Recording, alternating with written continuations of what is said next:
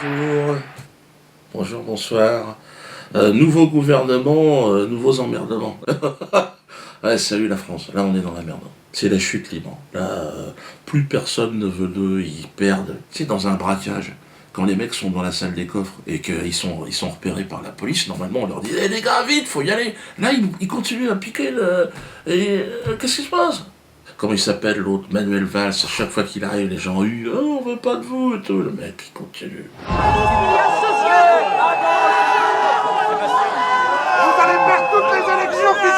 C'est la descente aux enfers. Vous avez vu avec ce nouveau remaniement, Valls 2, oh putain la vache, merde. Ils pensaient que c'était fini, qu'ils allaient dégager, toi, qu'ils allaient quand même, je sais pas, dissoudre l'Assemblée, qu'on aille revoter. Enfin, moi je suis pas allé voter, mais bon, j'y retournerai pas. Mais je veux dire, au moins qu'ils dégagent, quoi. Non, ils s'accrochent. Là, on est en dessous du niveau de la mer. Là, fermez les écoutilles. Oui, Roger Lamouche? Ouais. Vous êtes en salle des machines? Ouais, on descend en plongée, là, à 3000 mètres. 3000 mètres. Ah, faut se mettre hors de portée des radars socialistes. Ouais, faut se mettre hors de portée parce qu'ils peuvent pas nous blairer. Najat Belkacem, ben, elle est pas contente. Elle faisait partie déjà de ceux qui voulaient m'éradiquer du paysage audiovisuel. Si, souvenez-vous, elle était porte-parole de l'Élysée à l'époque. Un député socialiste comme vous, Olivier Faure, s'est ému de l'initiative de Manuel Valls contre Dieudonné. Les choses sont extrêmement claires. Et aujourd'hui, je peux vous assurer que l'ensemble du gouvernement partage totalement le combat qui n'est pas seulement celui de Manuel Valls, qui est aussi celui de Christiane Taubira, qui est aussi celui du Premier ministre, d'abord celui du Premier ministre, et que le Président de la République, évidemment, partage également. Ouais, elle voulait pas que je joue mon spectacle, elle est pour une éradication totale de mon travail.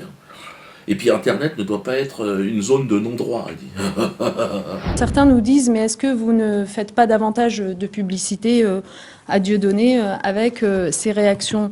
Mais enfin, des millions de gens venaient déjà écouter les discours de ce triste cire sur Internet. Elle parle de moi.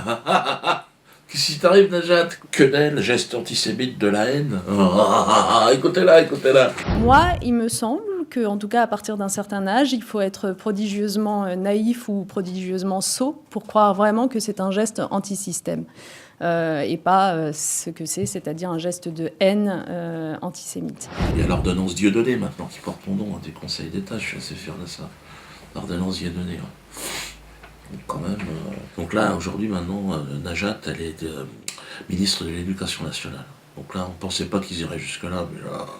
Cher Najat, je voudrais commencer par dire la joie qui est la mienne, que ce soit vous qui soyez en charge désormais de l'école. L'école française, gratuite, obligatoire, laïque et républicaine, c'est notre bien le plus précieux. La préserver, c'est en effet un devoir, cher Benoît. La servir, c'est un honneur. Il y a de la joie. La joie qui est la mienne. Bonjour les hirondelles, il y a de la joie. Qui est la mienne. Dans le ciel par-dessus le toit. Déjà, les jeunes, ils veulent plus aller à l'école, mais alors là. Même moi, je leur dis n'y allez plus. Najat est ministre de l'Éducation, pourquoi pas Zavata ou Zanini. Mais là, on est dans la merde. Et alors, il y a un cadre de chez Rothschild qui est ministre de l'Économie et des Finances. Mon véritable adversaire. Il n'a pas de nom, pas de visage, pas de parti. Il ne présentera jamais sa candidature. Il ne sera donc pas élu. Et pourtant, il gouverne. Cet adversaire, c'est le monde de la finance. C'est un ancien banquier d'affaires de chez Rothschild qui fait son entrée au ministère de l'économie, du numérique et de l'industrie. Jeune social-démocrate bien plus libéral que ne l'était Arnaud Montebourg. Donc là, je veux dire, faut vraiment être vraiment le dernier des cons pour pas comprendre. Là, je veux dire, là, si tu veux, ça y est, c'est les Rothschild qui sont... bon, déjà avec Pompidou, il l'était, mais là, maintenant, c'est officiel. Hein, bon. D'ailleurs, Mélenchon, il s'est énervé. Hein. Même moi, je trouve qu'il est limite. C'est limite antisémite ce qu'il raconte. Je voudrais dire au CRIF que ça commence à bien faire. Les balayages avec le rayon paralysant qui consiste à traiter tout le monde d'antisémite dès qu'on a le l'audace de critiquer l'action d'un gouvernement. Il y aurait donc un seul et unique gouvernement au monde, qu'il soit de gauche ou d'extrême droite, qu'aucun d'entre nous n'aurait le droit de critiquer sans être aussitôt accusé de racisme. C'est insupportable. Nous en avons assez, je veux vous le dire. J'en ai assez de voir que vous m'accusiez d'antisémitisme. J'en ai assez de voir que vous écrivez dans vos documents que le parti de gauche aurait manifesté sa haine de l'Occident, s'il vous plaît. Des juifs incroyables. Mais vous savez qui est là ? Vous savez qui parle à ces tribunes? Et enfin, pour terminer, de la République. Non! La République, c'est le contraire des communautés agressives qui font la leçon au reste du pays. La patrie est à égalité à tous ses membres. Tu veux parler de quoi, la communauté agressive? Attention, hein, communauté agressive, tu vas te faire repérer, toi. Parce qu'on pense bien, on sait bien que tu parles pas des Camerounais ou des Portugais. Même si, on va voir, les Portugais sont quand même la cible de certaines personnes. J'en parlerai tout à l'heure. Mais t'as pas tort, hein, tu veux parler peut-être du lobby juif. C'est vrai que le CRIF, tout ça, là, enfin c'est le lobby sioniste d'ailleurs, c'est vrai parce qu'il y a beaucoup de juifs qui ne se reconnaissent pas dedans. J'ai plein de potes hein, qui me disent non, on est avec vous parce que... Ouais, mais bon, chantage à l'antisémitisme. Nous sommes toujours du côté du faible et de l'humilié, parce que nos valeurs, c'est liberté, égalité, fraternité, pas la paix aux uns, la guerre aux autres. Nous ne croyons pas au peuple supérieur aux autres. Nous croyons que les droits de tous les êtres humains sont égaux. Qu'est-ce que ça veut dire, ce Jean-Luc? Tu crois pas au peuple élu? Attention, hein. Si tu crois pas au peuple élu, tu crois que c'est une escroquerie? Le fait que... C'est possible aussi, hein. Je suis d'accord avec Jean-Luc, moi. Si tu continues sur cette ligne, moi je suis prêt à te soutenir, Jean-Luc. Hein. Si toi tu commences à foutre la merde, et puis alors tu dis en fidélité, parce que tu pars en piste à un moment donné, on sait pas ce qui t'arrive, t'as une montée d'hormones, tu nous dis... En fidélité à ces combats du passé, en fidélité aux souvenirs des meurtres de masse qui ont été passés, qui ont été commis dans le passé, en fidélité, nous nous sommes portés aux avant-postes, oui, du soutien à cette malheureuse population. Et nous avons dénoncé les crimes commis contre elle. Et nous avons le cœur soulevé de dégoût de voir des écoles bombardées, des hôpitaux détruits, des ports, des aéroports, et tous les moyens qui permettraient à cette population de se redéployer vers le futur. Oui, nous le dénonçons. Là, tu fais un parallèle avec la Shoah et la guerre de Gaza. Tu parles des Palestiniens.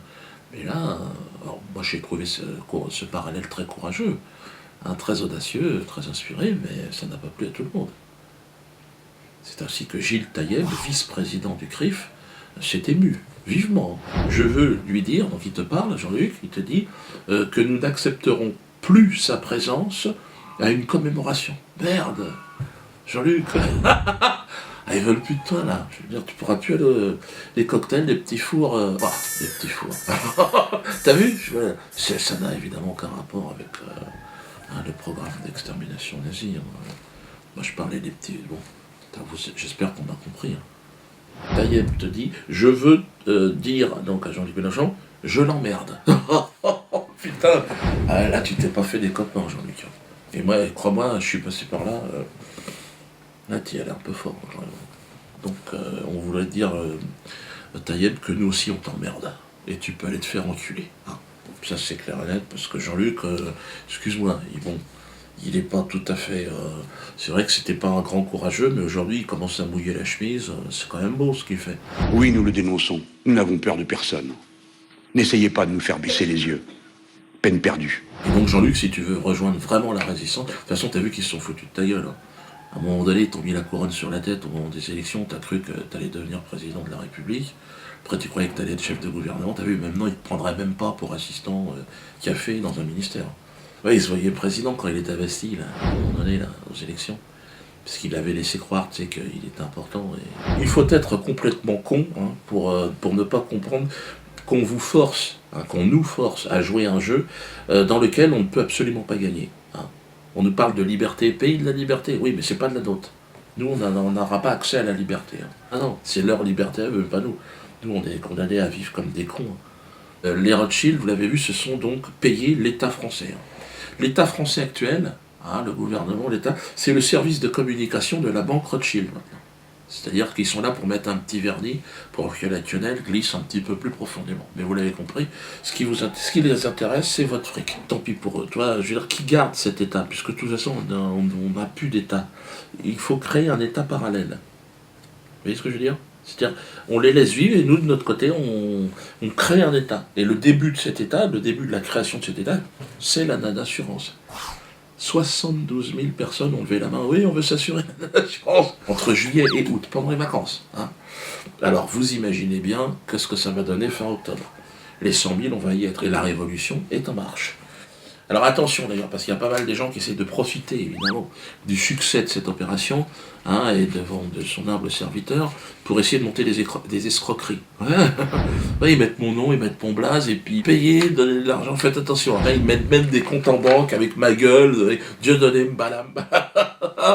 Ah, mais dès que ça fonctionne, les gars, bon, bah, tu les connais, hein. Certaines façons de voir les choses. Moi j'ai envie de dire, on est indépendant. Je pense que le chemin de l'émancipation, ben on l'a pris. Et il y en avait un carrefour, c'est suivez-nous, le Hollande, l'État, Sarkozy, et puis il y en avait un autre chemin, là on s'en va. Et je crois que là on est vraiment de plus en plus nombreux. Et donc on va y aller et on ira jusqu'au bout. Hein. Donc vraiment, Anana Assurance, essayez de convaincre tout votre environnement. Parce que le jour où on va arriver aux 100 000 et que ça va fonctionner, de toute façon les gens vont venir. Mais plus vite on y parviendra, plus vite évidemment on changera autour de nous un petit peu tout ce qu'il y a. Alors beaucoup de gens, oui, c'est vrai, je suis obligé d'en parler de ça. Alors beaucoup de gens ont été choqués par la dernière vidéo, avec la décapitation de James Foley. Alors, beaucoup de gens disent oh, là c'est non, c'est une vidéo violente. Oui, c'est vrai que la décapitation est un mode de communication relativement brutal. Mais, je vous l'accorde, mais on est dans un monde de violence. C'est la guerre. Alors, face au règne du mensonge, je vous l'accorde, certains deviennent hystériques. Et bon. Et Kader, le Kader de Bobigny, là, il a peut-être été un peu loin en faisant ce qu'il a fait. Mais bon, il y a derrière des frustrations, il y a derrière tout un tas de choses. Il y a un malaise, il y a un mal-être. Hein. Moi, je dis, il faut rigoler. Je suis contre la décapitation. Ne décapitez pas les gens. Hein. Si possible. Bon, si vous êtes par contre, si c'est pas possible. Ah, vous ne serez pas les premiers ni les derniers à décapiter, mais essayez de vous reprendre. Ne vous laissez pas envahir par la violence. Hein. Elle vous tuera. À tous les coups. On m'a également fait le reproche d'avoir utilisé une image de militaire que je prétendais français et qui serait en réalité portugais. Voilà ce qu'on m'apprend. Bon, déjà, j'ai envie de dire que ça peut foutre. Ça peut foutre qu'il soit français ou portugais. Bon, c'est vrai que moi, c'est pas moi qui ai pris cette photo hein, directement. Mais bon, elle est communément utilisée pour illustrer la guerre d'indépendance du Cameroun. Mais il y en a plein des photos de décapitation de négros, si vous voulez. Parce que la France a quand même commis quelques massacres. Et encore une fois, sur cette photo, regardez-la encore une fois. Voilà, moi je parlais de mon PP 404, mais le PP Citroën, qui est français, lui, hein, ben lui c'est mon grand-père aussi. Oui, moi je suis des deux côtés, donc je ne cherche pas à culpabiliser quiconque, hein, sinon je suis dans la merde. Je suis juste en train de dire, bon, il faut voir les choses en face, les gars. Parce qu'il y a certains qui se disent nationalistes, patriotes, qui disent, ouais, non, tu peux pas t'en prendre à la France. Je suis français aussi. Hein. Pour qu'il y ait réconciliation, il faut aussi que chacun dise ce qu'il a à dire. Hein. Et notamment dire que voilà, Ruben Oumniobé, c'était un leader camerounais qui a été exécuté par l'armée française. L'armée coloniale envahit la forêt. Les colonnes de soldats progressent, traquent. L'étau se resserre autour du leader. Oumniobé faisait régner la terreur. Et à partir de ce moment-là, j'ai décidé de lui faire la guerre et de l'éliminer. Il aura fallu 1 an pour le localiser. Mais le 13 septembre 1958, Ruben Oumniobé tombe sous une rafale de mitraillettes. Son cadavre est traîné sur des kilomètres. Sa dépouille est exposée aux villageois, forcés de venir reconnaître le corps. La scène est photographiée par l'armée française, qui 50 ans plus tard interdit toujours l'accès à ces images. Attaché derrière une bagnole, traîné sur des kilomètres. L'autre, ils l'ont enterré, c'était un sac de patates, il n'y a plus rien, c'était assez dégueulasse. Roland Félix Moubier. Hein, je veux dire, ouais, aussi un homme très important qui, lui, a été empoisonné par les services français. En déplacement à Genève pour acheter des armes, Félix Mounier a rendez-vous dans un café avec un certain William Bechtel, qu'il croit être un journaliste. Il s'agit en fait d'un membre des services secrets français. Après le rendez-vous, Félix Mounier s'effondre, terrassé par un mal mystérieux dont il ne se relèvera pas. L'enquête de la police suisse prouvera qu'il a succombé à une dose de thallium que William Bechtel a versé dans sa tasse de café. Qu'en pensez-vous du passé de la France? Qu'en pensez-vous de Richelieu? Hein? Il y a des moments, vous voyez, si vous voulez, où la politique passe avant la morale. Il faut dire la vérité, parce que c'est à partir de là qu'on va pouvoir envisager une réconciliation. Sinon, il n'y en aura pas. On ne peut pas se réconcilier si on ne dit pas les choses. Donc, on peut dire que c'est des Portugais. Mais à un moment donné, Bolloré, il n'est pas portugais. Et Bolloré, tant qu'il va agir, on est dans la merde.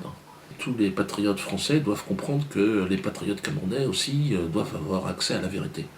Hein, et que tous les patriotes du monde, on se mette ensemble pour se battre contre les vraies forces d'occupation, hein, le sionisme, hein, la finance internationale, les Rothschild.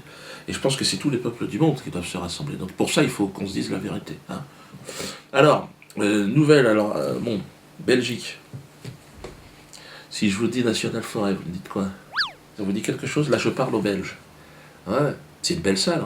Hein. Ouais. A priori, je pourrais pas y jouer, non.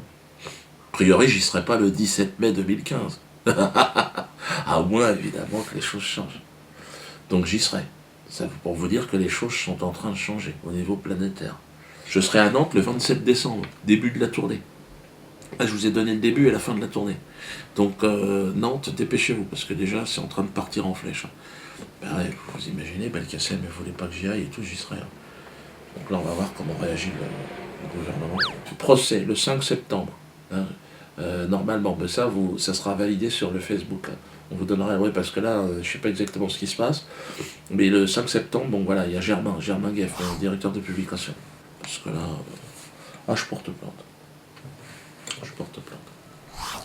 Parce que je trouve qu'il exagère. J'en suis arrivé à ce moment. On lui a retiré son ordinateur, il est devenu complètement possédé. Il n'écoute plus personne. Bon, moi, à un moment donné, je demande le retrait de toutes les vidéos. Toutes les vidéos dans lesquelles j'apparais. Hein.